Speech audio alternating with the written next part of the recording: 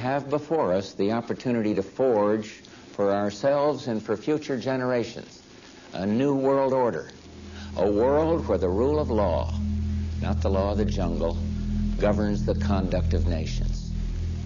When we are successful, and we will be, we have a real chance at this new world order, an order in which a credible United Nations can use its peacekeeping role to fulfill the promise and vision of the UN's founders.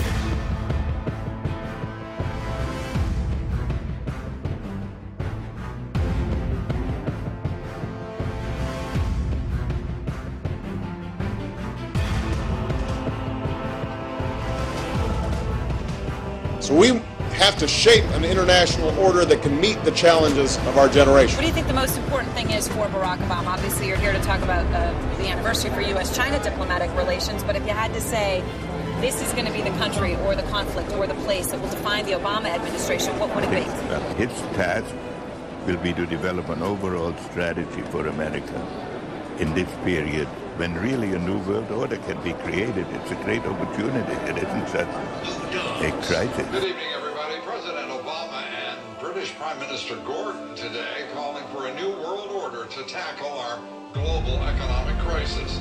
President Obama said globalization can be an enormous force for good.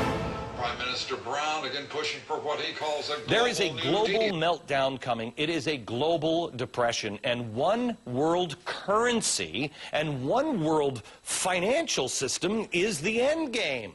China said last week they want one global currency. France said yesterday or the day before that they want one world order, a new world order, at the end of this event.